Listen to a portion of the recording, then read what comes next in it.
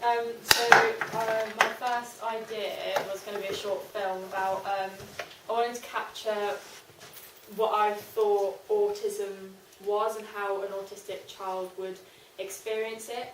So I was going to use like close-up shots of things that, like, because autistic people find like loud noises irritating or familiar noises, and certain movements and colours. So I was going to use close-up shots of them to highlight their frustration, and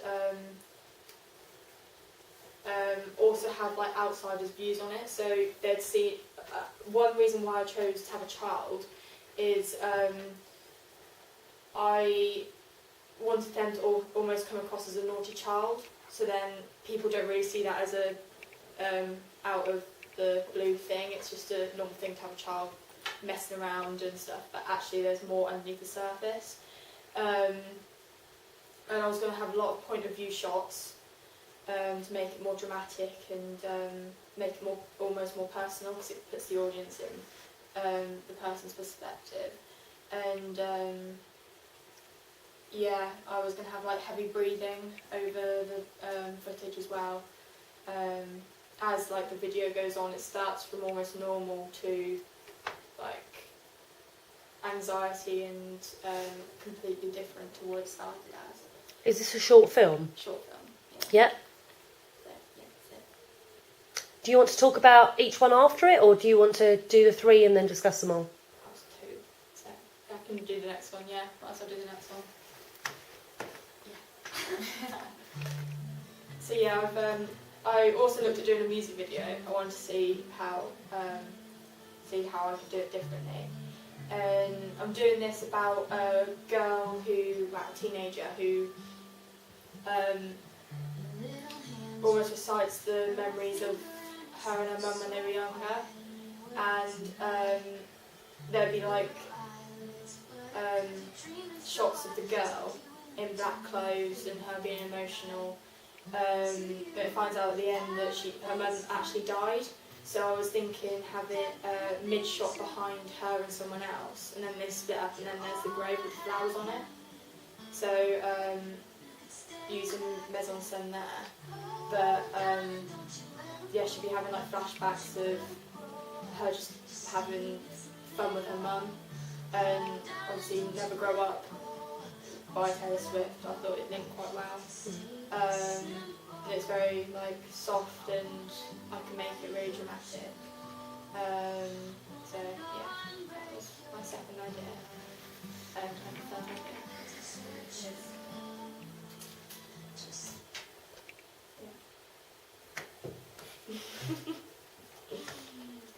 Good.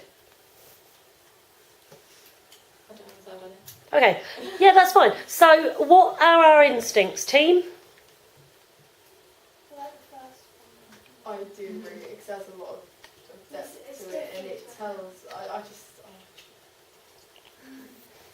It's just I find it would be really hard to film it. But definitely if I do it in a public place as well, it's going to be like really quite hard. It is quite a sensitive subject as well, and you'd have to do quite a lot of research in order to get it accurate and do it as much justice as you possibly can.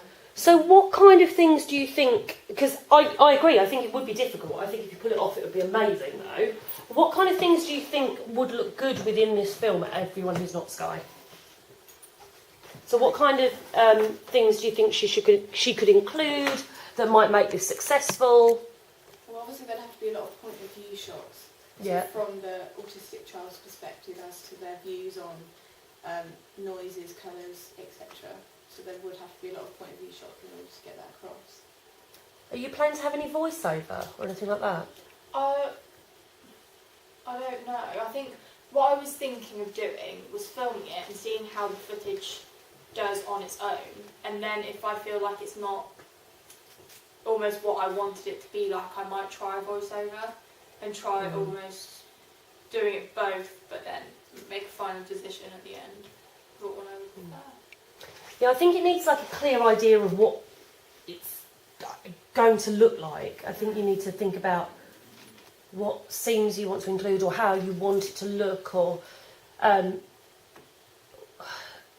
whether it's going to be predominantly point of view.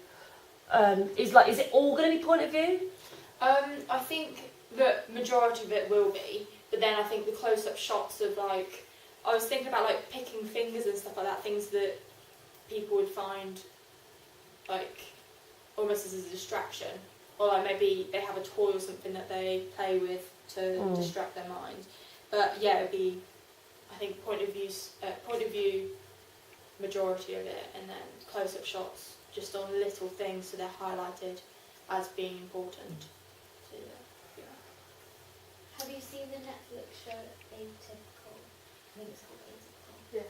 That's about an autistic kid, and I think that might give you some insight on what you could film to get those like nail picking noises. That's a good idea. Like it. It's always nice homework, isn't it? Go and watch Netflix. Yeah. Any other ideas for that one? Or should we talk about the other idea? Okay, so tell me about your opinions on the music video. I think the song's really nice, and you could do some really delicate shots and use a lot of lighting and speed and things to create a really nice atmosphere. So again, you could use it. You could do a quite stylized music video using that. It'd be worth looking at something like Ed Sheeran's Photograph, that kind of thing. Yeah. Yeah, I think that would be helpful. Yeah, because I was going to use the lighting like to contrast the memories from like present day and dark and gloomy and things like that. Yeah. Katy Perry's Thinking of You as well is a good one. So that's all about her boyfriend who's in the war, and it's sort of like their memories, and then afterwards you realise that she's going to the funeral.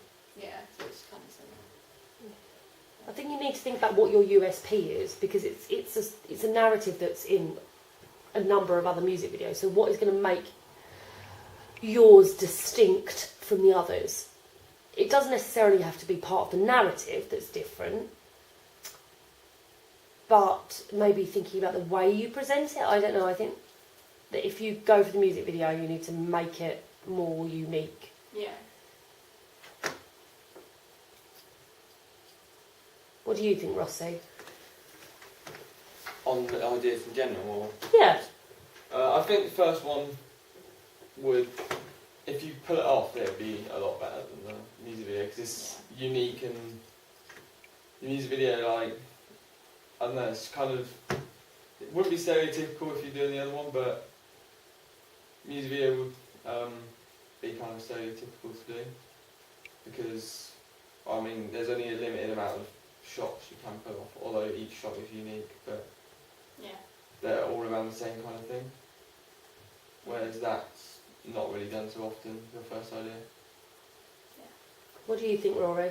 Yeah, pretty much the same, yeah. It's like, the first one's more unique, and like the second one, it's like more,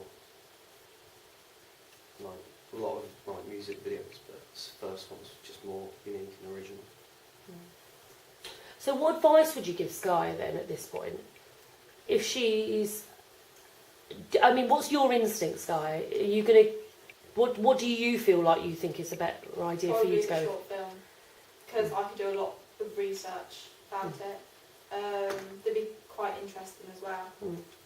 I think Morgan's, recommendation might be worth looking at. You could even record a section of that to analyse in place of one of your analyses. Because I think that would give you really good background research. But again, like there's someone else we were talking to about doing like a little mock section to see how it goes.